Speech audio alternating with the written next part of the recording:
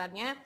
Segala sesuatu itu memang bisa terjadi karena ada azas probabilitas di sana. Tidak bisa juga kita hindari bahwasannya ada praktek-praktek adu domba, provokasi dan juga politisasi seperti itu ya, seperti kalau kita misalnya merunut gitu kan. Kenapa kemudian masalah 4 pulau ini pecahnya tahun 2025 padahal dari tahun 2008 sudah digodok permasalahan tentang 4 pulau ini, dan juga di bawah kepemimpinan Pak Edi Ramayadi ketika kepemimpinan di Sumatera Utara juga sudah diputuskan bahwasannya 4 pulau itu bagaimana statusnya kan, dan kemudian pecah ketika Bobi Nasution, ya, gitu kan bisa kita menganalisa bahwasannya ini ada politisasi di sana. Nah, makanya kita sebagai manusia yang masih tetap belajar memperhatikan perpolitikan dan intelijensi gitu kan, dan intel-intelan gitu kan, kita juga harus waspada terhadap kemungkinan-kemungkinan yang terjadi seperti kriminalisasi dan juga politisasi. Utamanya kita harus waspada dengan adu domba gitu kan. Jadi seperti yang sudah diceritakan dengan teman-teman tadi, rakyat Aceh dan rakyat Sumatera Utara itu baik-baik saja. Justru yang sedang bersiteru itu adalah antara Gubernur Aceh dan Kemendagri, seperti itu ya teman-teman ya.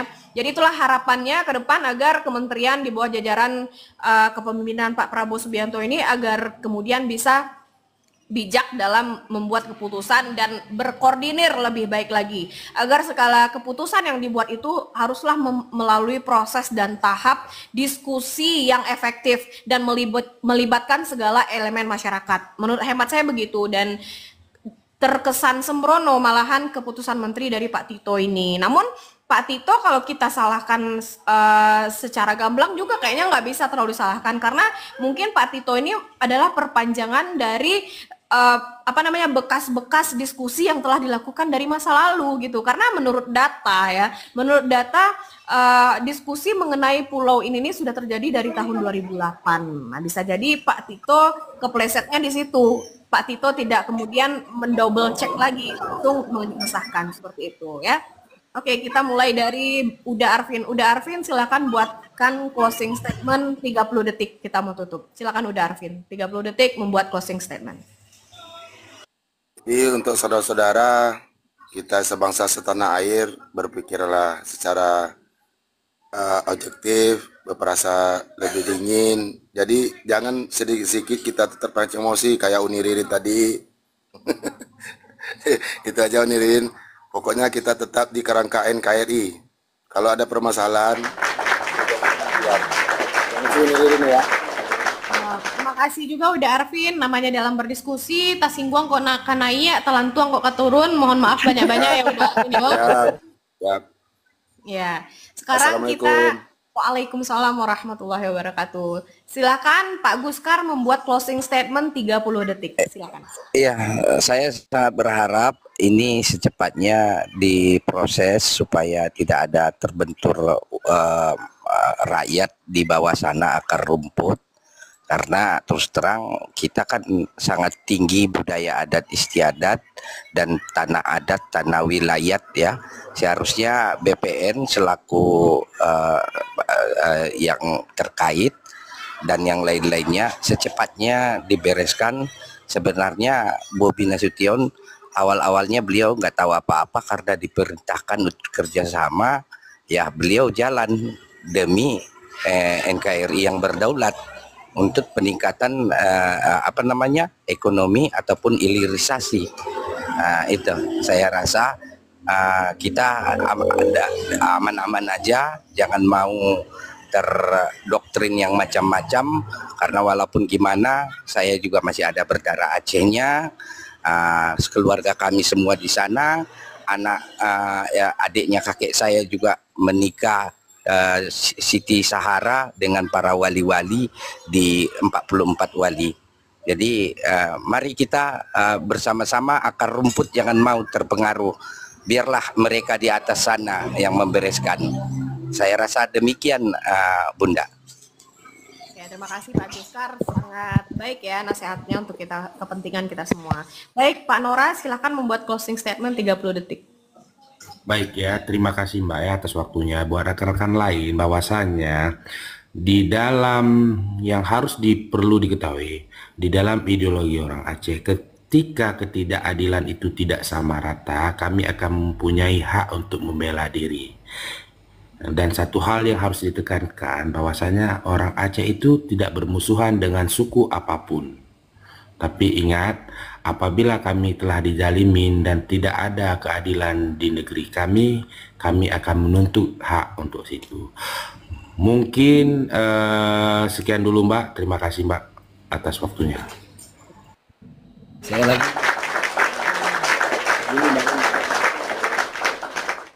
Unirin, saya dulu. Jadi Susah manggil Uni itu susah kali kayaknya harus transfer suku ke Jawa gitu. ya, Silakan. saya dari Kalbar Kalbar. bicara. Ya. Nah. Baik, terima kasih. Jadi mungkin sedikit, jadi bukan hanya untuk kita saja, termasuk warga-warga Aceh. Jadi janganlah kita terlalu memberi terlalu sarkas dalam bicara. Bahkan kalau kita melihat apa yang disampaikan oleh Gubernur Aceh secara eksplisit, implisit juga sebenarnya santai aja. Tidak perlu lagi ada yang namanya perang. Kan seperti itu. Apabila kita kembali kepada perjanjian Helsinki, tentu di situ juga sudah dijelaskan bahwa angkat senjata itu sudah tidak ada lagi. Jadi harapan kita bahwa keadaan negara kita sedang tidak baik-baik saja, itu perjuangan rakyat Indonesia bersama. Jadi kita juga dari Kalbar juga mendukung warga Aceh supaya peristiwa pulau ini akan dikembalikan sebagaimana mestinya. Jadi jangan khawatirlah bahwa ini juga akan berdampak. Bisa jadi nanti tidak hanya di Aceh, di Kalimantan, di pulau-pulau lain di Indonesia juga akan terjadi. Maka dari itu perjuangan kita bersama tetap di dalam negara kesatuan Republik Indonesia. Itu saja. Uni Ririn, terima kasih. Assalamualaikum warahmatullahi wabarakatuh. Waalaikumsalam warahmatullahi wabarakatuh. Silakan Dian Effendi membuat closing statement 30 detik. Terima kasih untuk pesan saya sebagai masyarakat biasa dan sebagai rakyat Indonesia. Dan saya bangga dengan itu. Saya berasal dari Kalimantan Timur. Saya cuma berpesan mudah-mudahan kita semua dikasih hati yang damai, kita dikasih pemikiran yang jernih, tanpa kita harus angkat senjata, karena kalau kita angkat senjata pun semua akan rugi gitu. Jadi kita coba berulik-ulik tanpa menimbulkan unsur sara. Dan kita harus berpikir yang cerdas mengenai cukong-cukong. Kita salahkan cukong lah, karena Timur Tengah itu berperang terus karena juga itu cukong yang bermain gitu. Ya mudah-mudahan kita bisa lebih jernih berpikir gitu aja. Terima kasih.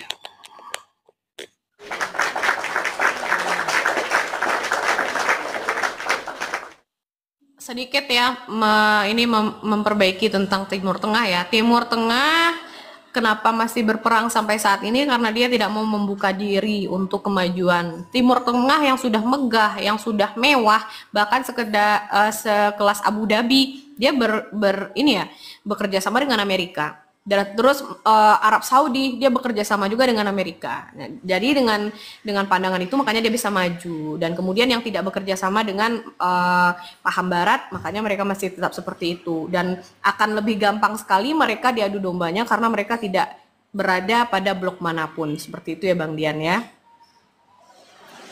Silakan Mr. Logika, silakan membuat closing statement 30 detik. Gak usah yang panjang nih. Semoga Indonesia ini damai aja lah. Pusing liatnya. Pusing? Iya. Kalau kita bicara pun mau closing. Kalau kita bersedekah jangan sampai diungkit-ungkit. Kita jangan terpancing itu gitu. Ya itu, justru karena diungkit tadi itu. Padahal yang lebih pertama kali itu dari suku saya. Semua petinggi-petinggi negeri era kemerdekaan itu dari suku saya. Ada saya ngungkit kan tidak ada. Ya, karena udah norak kayak gitu saya nggak suka gitu loh. Saya orangnya jujur. Nah kan akhirnya apa? Setelah kita baca eskalasi politiknya apa yang tappingan di bawah termul kan. Jadi itu aja udah. Permainannya itu aja. Jadi nggak ada hubungannya sama hukum-hukum itu, nggak ada itu. Kalau memang mau penegakan hukum yang resmi ya di era pelengseran Gus Dur itu, kalau kita mau tracking siapa penjahatnya negeri ini. Tapi kan Pak Prabowo tidak menghendaki itu karena akan terjadi perpecahan. Mungkin sekaligus men-challenge bahwa kepemimpinan Pak Prabowo ini seberapa tegas, kan itu aja sih. Nah, jadi saya harap teman-teman yang di Komal ini bijaklah dalam bernarasi gitu kan. Nggak penting sih narasi-narasi yang menunjukkan superioritas itu nggak penting juga gitu. Jadi kita duduk sama tinggi, berdiri sama tinggi, duduk sama rendah. Kalau kita mau negara ini benar, ya itu tadi, tegakkan sila keempat itu, kemusyawaratan. Ya. Makanya Om, saya ngomong dari tadi sama Uni Ririn, jangan terpancing emosi. Ibaratnya ini kita lagi diskusi cerita warung. Yang nama cerita warung, bener ya, orang lewat, orang tidak lewat, biarin aja. Selagi nggak ganggu kita paham aja lah ya, dari tanah dari tanah Sumatera itu memang paham politik dari era-era lama kan. Dia memahami politik karena memang negeri-negeri pesisir dan jalur padat itu dari dulu kan di sana. Makanya kehati-hatian itu menjadikan psikologis mereka gitu kan untuk wilayah-wilayah Selat Malaka ini. Jadi berpikirnya di situ. Kalau pendekatannya tentang disintegrasi bangsa itu masalah hukum, saklek, itu tidak akan mendapatkan apa-apa. Yang terjadi saling hujat menghujat. Tapi pendekatan secara humanis seperti yang dulu dilakukan Gus Dur waktu rakyat Papua mengatakan saya ingin mengibarkan bendera Papua gitu kan. Ya udah, nggak apa-apa kibarkan, yang lain juga punya, tapi jangan lebih tinggi daripada bendera Indonesia. Itu aja Kak. Uni Ririn. Terima kasih. Ya, makasih. Sekarang kita ke ini dulu ya, ada tamu yang baru bergabung. Halo Mr. Logika, selamat siang. Halo. Selamat siang Uni. Selamat siang, silakan. Mungkin ada yang mau disampaikan. Mengamuk Uni awak loh.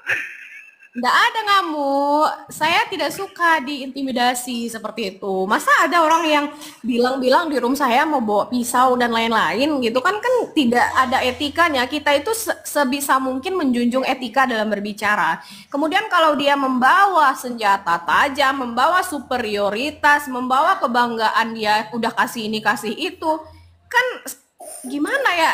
Saya memandangnya itu malahan sebagai hal yang norak. Saya tidak suka. Kebetulan ini room saya berhak untuk membela diri seperti itu. Silakan Mr. Logika. Betul yang kayak Bang Arvin bilang yang di atas.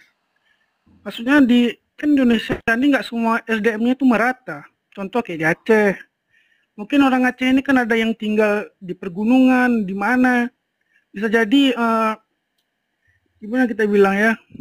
Saya pun orang Aceh juga sebenarnya. Cuma lebih ke ini ya, kayak Minangkabau gitu. Cuma saya memang nggak suka juga kalau orang Aceh ini misalnya terlalu juga kan. Kita memang tahu, kita bangga dengan Aceh. Kalau bagi saya Aceh itu ayah, ibu itu Minang. Jadi nggak bisa dipisahin. Jadi kalau mau bunuh ayah, ibu ini janda jadinya. Jadi Cunyadin pun kan dari Minang juga sebenarnya. Cunyadin, Tuku Umar, ya kan. Semua kan orang tahu. Cuma orang Aceh ini tahu sendiri. Mungkin karena udah disakiti kayak Bang Dek bilang tadi, jadi mereka ini meradang semuanya. Kalau angkat senjata sih mungkin nggak mungkin lagi ya. Kalau angkat senjata jauh ini kita lihat. Cuma nggak tahu mungkin SDM Aceh ini kayak mana. Kayak tadi ngamuk-ngamuk di atas. Sabar PT, sabar. Jadi santai. Jadi gini. Logika juga orang Minang, wajar dia berdiri dengan saya. Oke. Saya punya gelar sultan ini, Uni. Tenang aja. Kan ya mungkin kebanggaan orang Aceh ini mungkin dulu waktu masa Kesultanan Aceh itu kan kerajaannya sampai ke Pagaruyung yang saya tahu ya. Makanya ada suku anak Jame itu kan dari Minang. Itu makanya udah ayah kakek saya Sultan di Aceh, padahal marga Harahap dari Tapanuli Selatan. Beliau wedana di Tapak Tuan Pelabuhan Iskandar Muda. Ke wilayah beliau Pulau Sinabang, Semelu sampai Singkil. Jadi tidak bisa dipatahkan antara kita Tapsel dengan Aceh. Bahkan ayahnya kakek meninggal, ibunya menikah sama suku Koto. Jadi marga Koto lah yang banyak di kota Singkil. Lanjut. Ya makanya Bang kakak semua, kalau melihat orang Aceh itu lagi marah, abaikan aja. Orang Aceh ini modal lagi gini. Dia nggak mau ngerebut hak orang, tapi hak dia jangan diambil. Itu aja modelnya. Saya lihat lah. Mungkin orang Sumatera begitu. Orang Sumatera hak orang jangan diambil. Jadi hak orang pun, hak dia pun jangan digugat ya gitu. Makanya 4 pulau ini sebenarnya isu ijazah sih kalau dilihat. Cuma itu. Kalau diambil kan udah tahu sendiri pada ribut, Prabowo pun nggak mau nanggung kalau perang gitu. Habis biaya kan lebih dari 4 pulau. Kalau perang Aceh sama NKRI. Enggak. Jadi gini, ini yang diharapkan semua ini Pak Ete, maaf Pak Ete. Jadi semua negara kan sekarang lagi perang, makanya Malaka ini akan dijadikan medan yang baru kan begitu. Makanya kita hati-hati gitu kan, proksi ini bermain gitu kan. Apalagi kalau Sumatera ini udah diganggu masalah kesukuan dan keagamaan, ini agak berat, ini butuh orang-orang yang bijak yang bisa masuk ke sana. Terima kasih. Ya betul. Ya, jadi saya nggak bijak gitu, Dadets ya. Oh enggak. Mafia tambang itu jahat sejahat-jahatnya. Itu saja. Terima kasih. Ya, baik Bang Dian Effendi, sumbangsi pikiran